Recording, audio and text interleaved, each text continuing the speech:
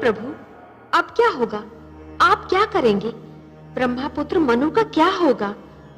दानव हयग्रीव आपके ज्ञान को नष्ट करने पर तुला हुआ है और भगवान शिव ने पृथ्वी को जलमग्न करने का निर्णय ले लिया है। अब वही होगा देवी जो मेरा वचन है। मैं वचनबद्ध हूं कि जब भी कोई शक्ति मानवता के लिए संकट बनेगी तो मैं उसे अवश्य रोकूंगा। जिस प्रकार सूर्य अपना तेज बांटना नहीं छोड़ सकता, जिस प्रकार एक दीपक अपना प्रकाश फैलाना नहीं छोड़ सकता, उसी प्रकार मैं भी अपने वचन से मुख नहीं मोड़ सकता देवी। अब मेरे प्रथम अवतार का समय आ गया है देवी। मत्स्य अवतार। परित्राणाय साधूनाम विनाशाय च दुष्कृताम धर्म संस्थापनार्थाय संभवामि युगे युगे। मत्स्य अवतार? हां देवी, मैं मत्स्य का रूप धारण करके पृथ्वीलोक पर जाऊंगा। आप पृथ्वीलोक जाएंगे? हाँ महादेवी। और मेरा क्या होगा? जब से आपने मेरी रचना की है, मैं आपके बिना एक पल भी नहीं रही हूं। आप ही तो कहते हैं कि मैं आपकी अर्धांगिनी हूं। आपकी बाएं भुजा में मेरा वास है। वामांगी हूं मैं आपकी, और आप मुझे ही छोड़कर जाने की बात कर रहे हैं।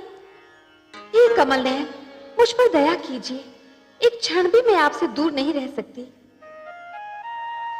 हे सर्वश्रेष्ठ, हे नारायण, आपकी लक्ष्मी आपसे दूर नहीं रह पाएगी।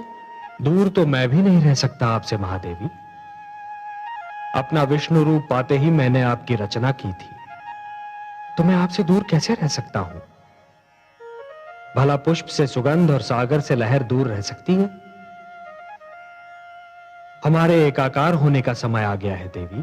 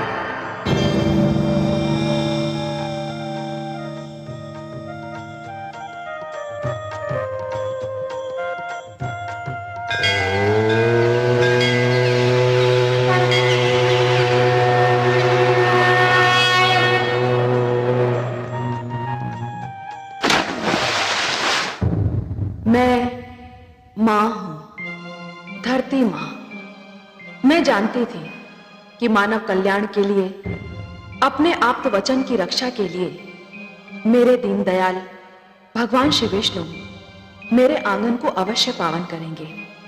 और यही हुआ। वासुदेव ने मछली का रूप धारण करके अपना पहला अवतार लिया। किंतु दो समस्याएं थीं। पहली ये कि ब्रह्मा के परामर्श पर भगवान शिव ने धरती को जलमग्न करने का निर्णय कर लिया, और दूसरी ये कि ब्रह्मा पुत्र मनु ने मानव की रक्षा की ठान ली थी। मनु वृद्ध हो चुके थे, पर उनके मन में मानव कल्याण की रक्षा की इच्छा अब भी प्रबल थी। उन्होंने आमरण व्रत कर रखा था। उनकी पत्नी शत्रुपा को ब्रह्मा का आशीर्वाद था कि समय उनके यौवन को कभी प्रभावित नहीं करेगा। वो अब भी युवती थी, किंतु एक सती की भांति अपने पति की सेवा में तत्पर थी।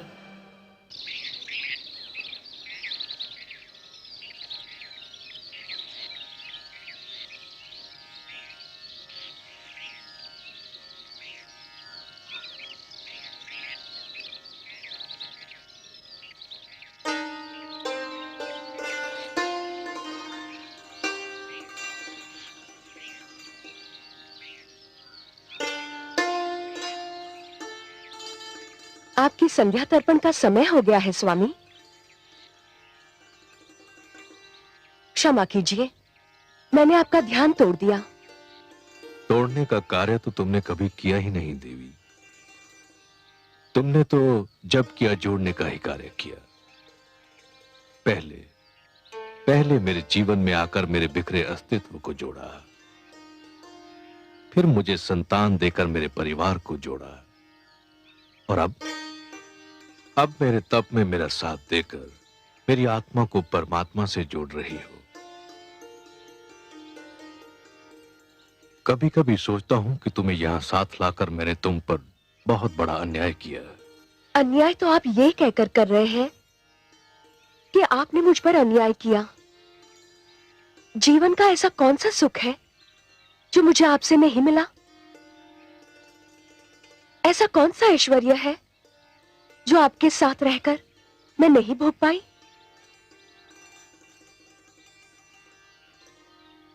मैं बहुत ही स्वार्थी कहलाती यदि मैं आपसे केवल सुख पाती रहती, आपके दुख और आपके कष्ट की भागीदार न बनती। पिता श्री ब्रह्मा ने हमको उत्पन्न करते समय भी तो यही कहा था कि हम दो शरीर किंतु एक प्राण है। आप वृक्ष हैं स्वामी और मैं अमरलता। आपके सहारे के बिना तो मैं खड़ी भी नहीं रह सकती।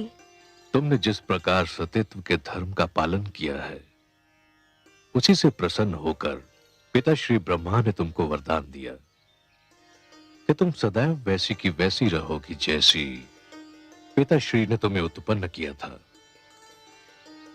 तुम्हारी आयु आती जाती ऋतुओं और बीते समय से कदापि प्रभावित नहीं होगी। आपके मुख पर आपकी तपस्या, आपके निश्चय और आपकी कल्याणकारी प्रवृत्ति का तेज है स्वामी। मानव जाति के कल्याण के लिए आप आमरण व्रत कर रहे हैं। मानव जाति को बचाने के लिए आप तपस्या कर रहे हैं स्वामी। तुम भी तो मेरी भांति केवल जल का सेवन कर रही हो देवी। तुमने ये व्रत क्यों रखा है? मैं अपने सुहाग की रक्षा के लिए व्रत कर रही हूं। अब उठिए, सूर्यास्त का समय हो गया है।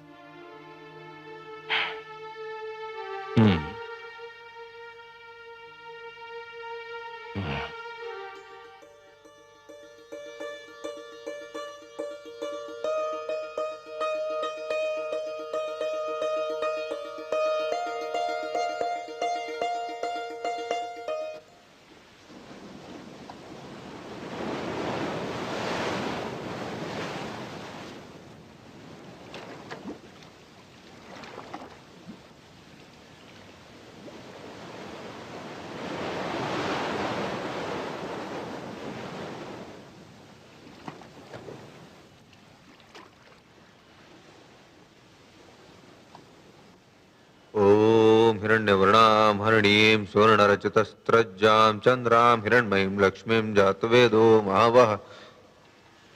ठहरिए महाराज। तुम?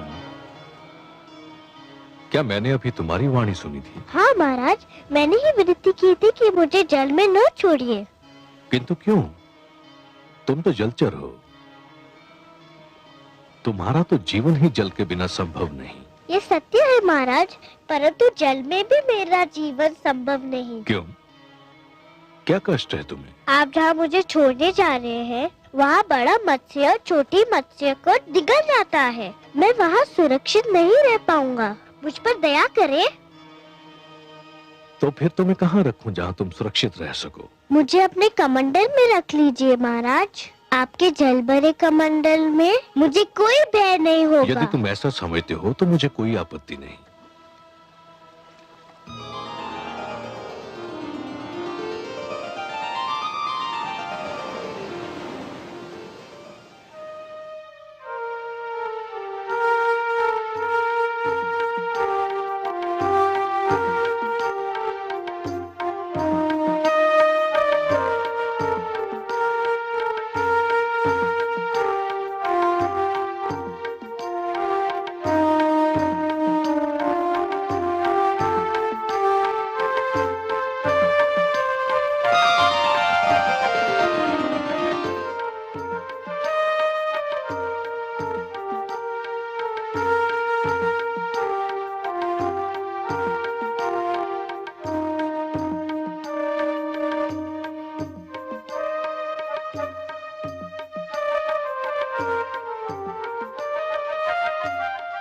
नहीं देवी नहीं, जल मत फेंकना। क्यों स्वामी? कमंडल में एक मत्स्य है, मैंने उससे जीवन रक्षा का वचन दिया है। ये तो छोटी सी मछली है। यह आपने बहुत अच्छा किया जो मुझे बता दिया, नहीं तो इसके प्राण चले जाते।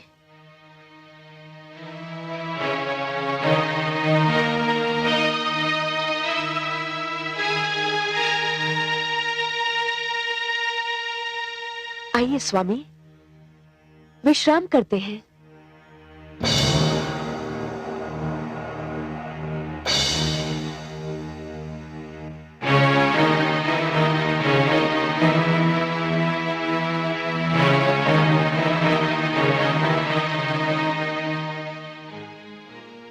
हे दानवराज, आप हमें मुक्त कर दीजिए।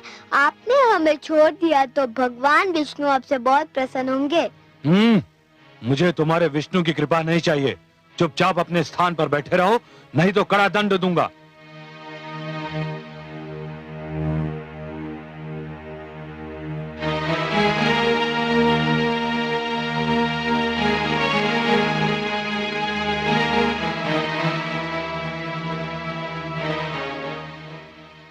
कौन है ये सुंदर बालक?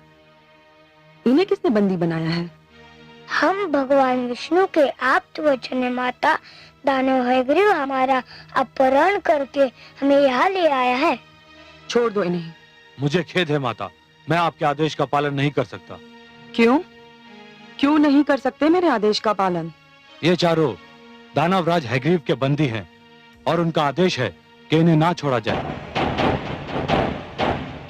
माते,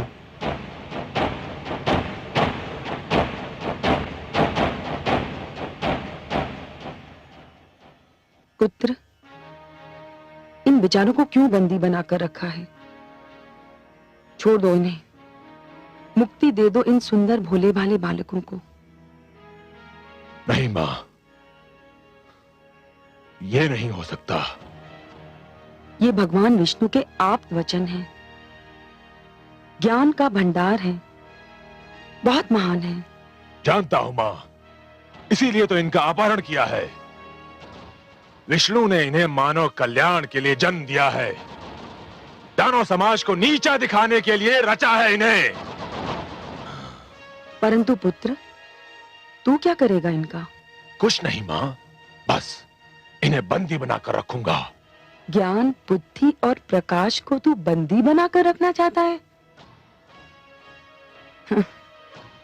मेरी मान, यदि तू इन्हें ले ही आया है तो इनसे कुछ ज्ञान सीख ले, बुद्धि प्राप्त कर ले, इनके प्रकाश से अपने जीवन में उजाला कर ले। मुझे इन वस्तुओं की कोई आवश्यकता नहीं है मां। कैसे आवश्यकता होगी तुझे इन वस्तुओं की? तेरे मस्तिष्क में तो अज्ञान और अहंकार भरा हुआ है। कैसा अभागा है तू? तेरे घर में ज्ञान और बुद्धि के 4 दीपक हैं और तू अंधेरों में भटक रहा है। मां, तुम जब भी आती हो मेरे लिए अब शब्दों का ही उपहार लाती हो। कैसी माता हो तुम? कैसी माता हूं मैं? एक अभागन माता हूं। और कैसी माता हूं मैं? मैं ऐसी माता हूं जिसे उसकी संतान ने एक पल भी सुख नहीं दिया। तुम चाहती क्या हो मां? मैं चाहती हूं कि तू इन्हें मुक्त कर दे। नहीं करूंगा। तो फिर मैं ले जाऊंगी इन्हें अपने साथ। नहीं ले जाने दूंगा। मैं देखती हूँ कौन रोकता है मुझे। मैं रोकूंगा इन्हें।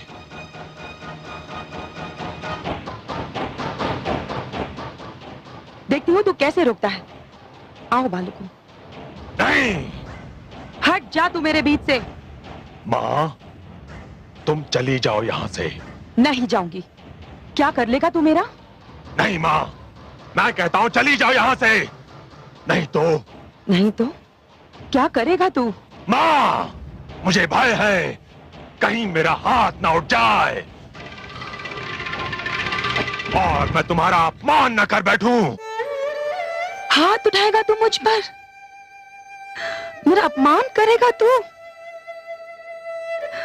अरे अभागे, अपमान तो मेरा उसी दिन हो गया था जिस दिन तूने मेरी कोख से जन्म लिया था। हे ईश्वर, ऐसे दुर्वचन सुनने से पहले मुझे इस संसार से उठा क्यों नहीं लिया? ऐसे पुत्र के होने से तो पुत्र का ना होना ही अच्छा था।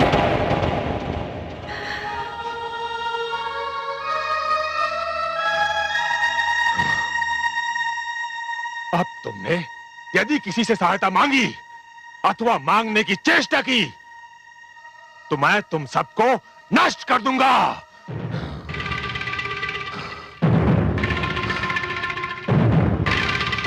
स्वामी, स्वामी, स्वामी,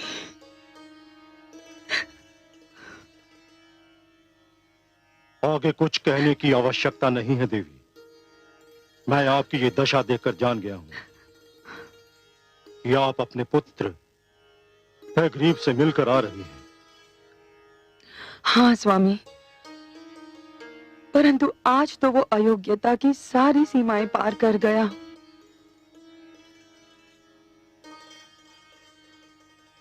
जो किसी सीमा को मानता ही ना हो उस पर यह दोष लगाना ही व्यर्थ है कि वो अयोग्यताओं की सारी सीमाएं पार कर गया। फिर भी क्या किया है उसने? उसने भगवान विष्णु के आप्त वचन 4 वेदों को बंदी बनाकर रखा है।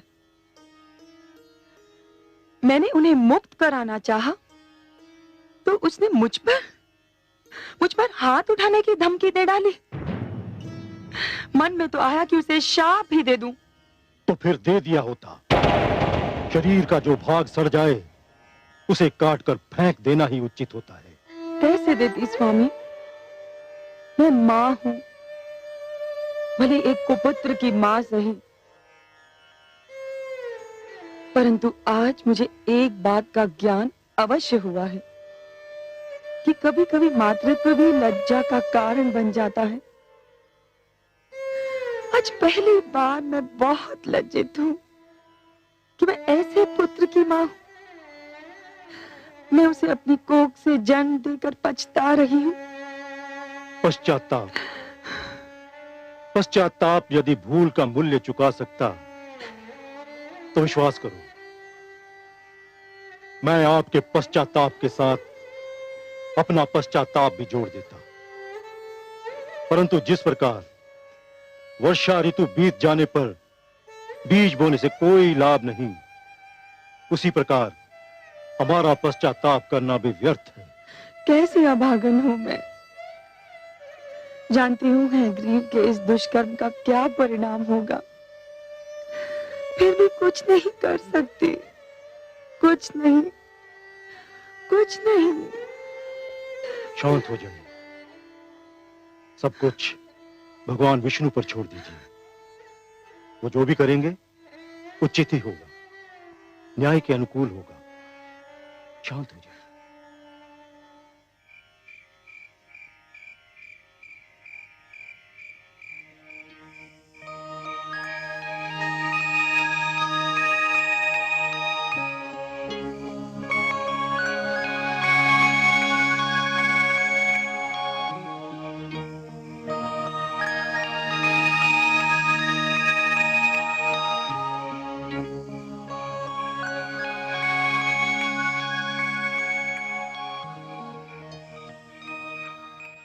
महाराज, महाराज, महाराज, महाराज, महाराज, महाराज,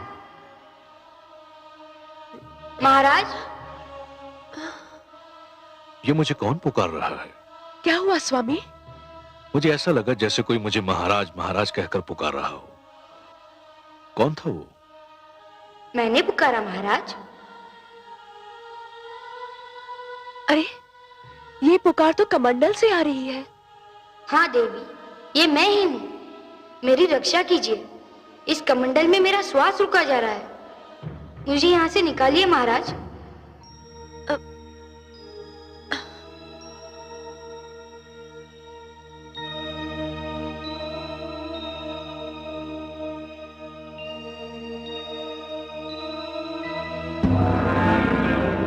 अरे, मत्स्य का आकार तो कमंडल के बराबर हो गया है।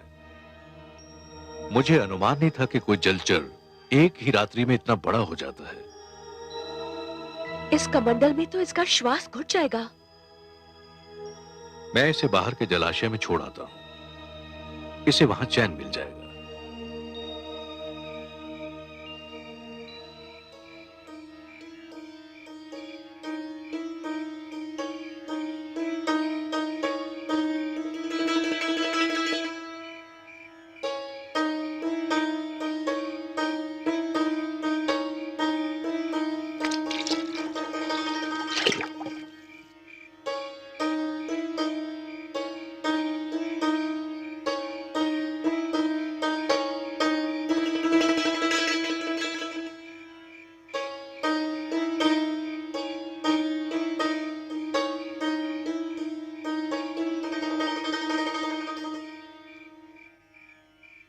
महाराज,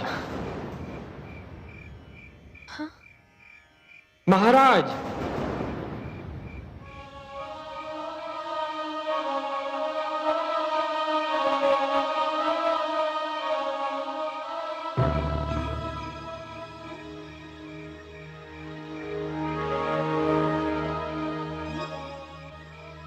इसका आकार तो इतनी शीघ्रता से बढ़ रहा है कि मैं आश्चर्यचकित रह गया हूं। मैंने किसी मत्स्य को एक ही रात्रि में इस प्रकार बढ़ते नहीं देखा है। स्वामी, क्या ये मत्स्य है? मुझे तो शंका हो रही है कि ये मत्स्य नहीं कुछ और ही है। अरे कुछ नहीं है देवी, संसार में ऐसे चमत्कार तो होते ही रहते हैं। यह भी ईश्वर का कोई चमत्कार होगा। आप चिंता मत कीजिए। तो अब आप इसे कहां ले जाएंगे? इसका आकार इतनी शीघ्रता से बढ़ रहा है कि सागर के अतिरिक्त इसका कोई स्थान नहीं हो सकता। मैं इसे ले जाकर सागर में छोड़ दूंगा। अब इसे किसी बड़े मत्स्य या जीव जंतु का भय नहीं है।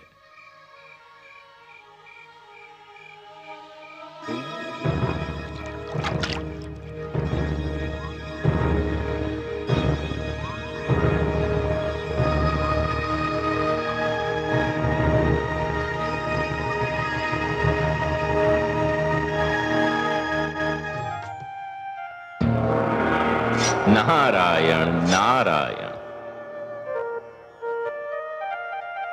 प्रणाम पिताश्री, बारंबार प्रणाम। आयुष्मान भव। आओ पुत्र, उचित समय पर आए तुम।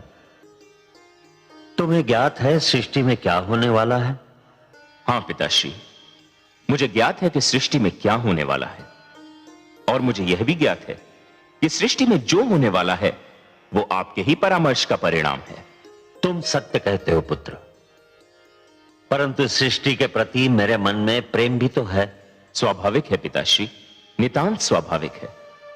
आप सृष्टि के रचयिता हैं, सृष्टि आपकी रचना है, और रचयिता का अपनी रचना से प्रेम होना स्वाभाविक है। फिर मेरी चिंता भी तो स्वाभाविक है पिताश्री, आपकी चिंता स्वाभाविक है, किंतु पिताश्री धरती का विनाश नहीं हो रहा है। धरती केवल जलमग्न हो रही है, और वह भी इसलिए कि वह स्वच्छ हो जाए। पिताश्री, हर युग में धरती को स्वयं अपने आप को स्वच्छ करना होगा। पट्टी पर जब कोई नया लेख लिखा जाता है तो पुराने लेख को पोंछना ही पड़ता है। सूर्य का प्रकाश समेटने के लिए आकाश को चांद तारों की चादर लपेटनी ही पड़ती है। धरती को महान आदर्शों के लिए तैयार करने के उद्देश्य से मानव जाति का यह कर्तव्य बनता है कि वह संकुचित विचारधारा को हटा दे। यदि यह कार्य मानव स्वयं कर ले तो देवताओं को हस्तक्षेप करने की कोई आवश्यकता नहीं, किंतु यदि मानव यह परिवर्तन नहीं ला सकता तो देवी शक्तियों को हस्तक्षेप करना ही पड़ता है, जो आप कर रहे हैं। जानता हूं पुत्र, पर जिस धरती को स्वच्छ करने के उद्देश्य से जलमग्न होना है, उस पर मेरा पुत्र मनु भी तो है। मुझे चिंता है कि मनु का क्या होगा। ओह, तो भ्राता मनु की चिंता ने आपको व्याकुल कर रखा है। प्राणियों की रचना करते करते आप स्वयं मोहग्रस्त हो गए। नारायण नारायण। पिताश्री, माना कि पुत्र मोह की भावना को नकारा नहीं जा सकता, बड़ी स्वाभाविक सी बात है ये। किंतु पिताश्री, पुत्र मोह मानव दुर्बलता का लक्षण है। देवता इन भावनाओं से ऊपर हैं। आपके लिए तो संपूर्ण मानव जाति संतान के समान है। फिर आप किसी एक की चिंता क्यों कर रहे हैं? आपने भगवान शिव को जल प्लावन करने का परामर्श देकर अपना कर्तव्य निभाया। भगवान शिव आपका परामर्श मानकर अपना धर्म निभा रहे हैं। अब इस जल प्लावन से किसको बचाना है, कैसे बचाना है और कितना बचाना है, यह आप मेरे लक्ष्मी नारायण पर छोड़ दीजिए। पालन करता तो वही हैं। धन्य हो पुत्र, धन्य हो। तुम्हारी तर्क संगत बातों ने मेरे मन का बोझ हल्का कर दिया। यह सत्य है कि अंधकार कितना भी घना क्यों न हो, एक नन्हा सा दीपक उसे दूर करने के लिए पर्याप्त है। तुम्हारे तर्क ने भी इसी प्रकार मेरी चिंता और आशंकाओं को दूर कर दिया। संसार यदि तुम्हें महानतम तथा सर्वोत्तम मार्गदर्शक कहता है तो उचित ही कहता है। अपने परम पूज्य पिताश्री की चिंता दूर करके मैंने केवल अपना पुत्र धर्म निभाया है। मुझे आपकी सेवा करने का अवसर मिलता रहे, यही मेरी कामना है। क्योंकि पिता की सेवा करके मन को जो संतोष मिलता है, उसका आनंद ही कुछ और है। नारायण नारायण।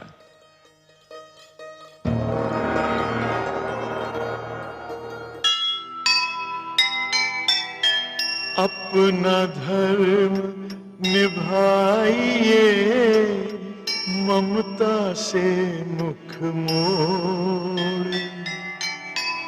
नारायण के हाथ है जग रक्षा की डोर। चिंता मुक्त हुए पिता, ज्ञानी का सुन ज्ञान। नारद जैसे पुत्र पर क्यों न करे अभिमान, क्यों न करे अभिमान।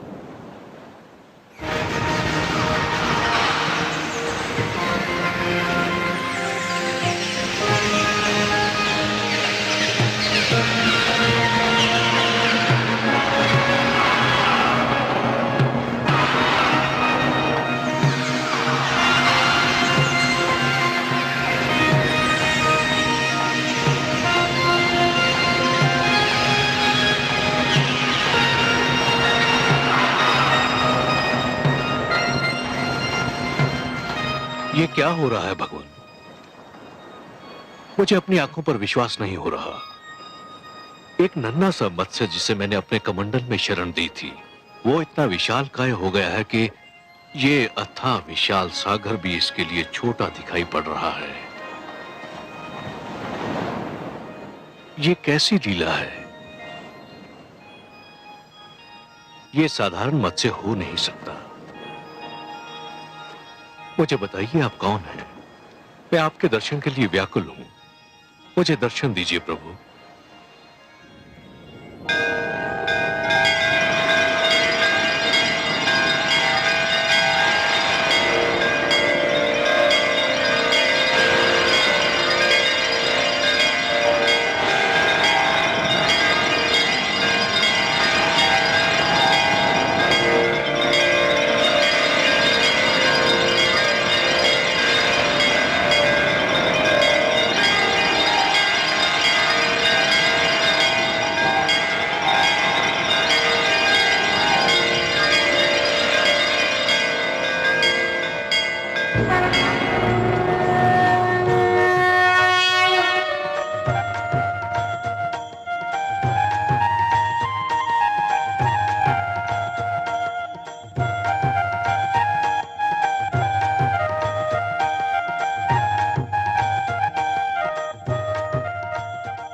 भगवान आप? हे जगदीश्वर, हे जनार्दन, हे सर्वेश्वर, ये आप हैं प्रभु। मेरे सौभाग्यशाली नेत्रों को आपके दर्शन हो रहे हैं। हाँ मनु, ये मैं ही हूं। आपके अतिरिक्त और कौन हो सकता था हे पद्मनाभ? ये लीला तो केवल आप ही दिखा सकते हैं कि सिमटे तो मानव की अंजुरी में समा जाएं और फैलें तो धरती और आकाश को भी ढक लें। आप मेरी अंजुरी में ठहरे, मेरी कुटिया में रहे। मैं किन शब्दों में आपको धन्यवाद दूं? हे सर्वश्रेष्ठ, आप महान हैं। मैं अपने भाग्य पर जितना भी गर्व करूं कम है। आपको कोटि कोटि प्रणाम हे लक्ष्मी नारायण।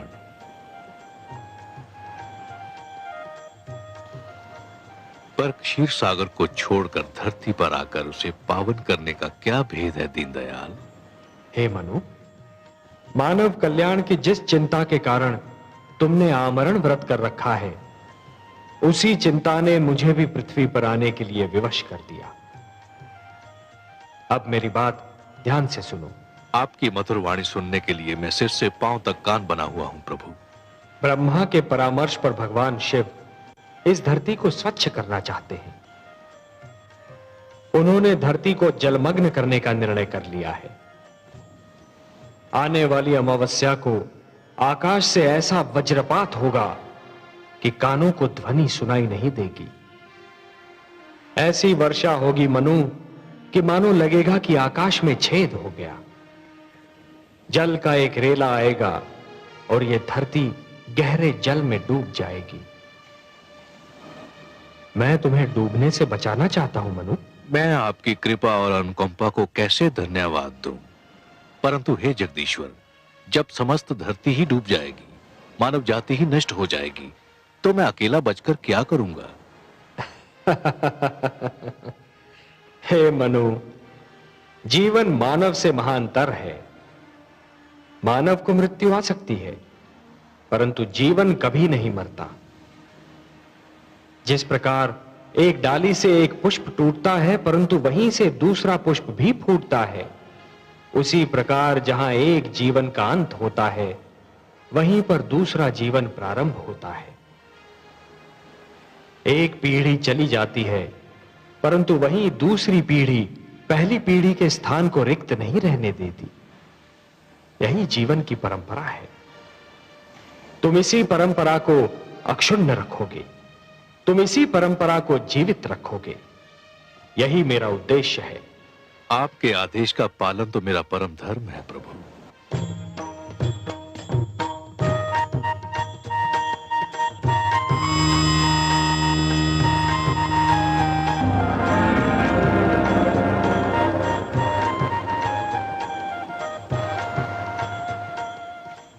मनु, जल प्लावन के समय तुम अपनी धर्म पत्नी शतरूपा के साथ इस नौका पर सवार हो जाना।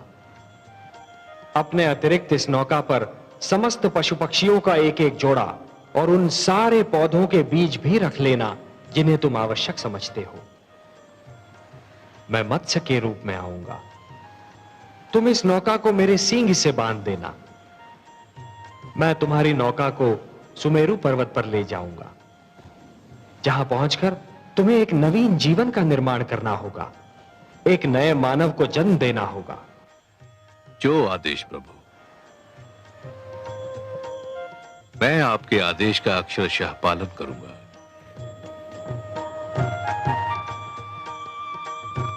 तथास्तु।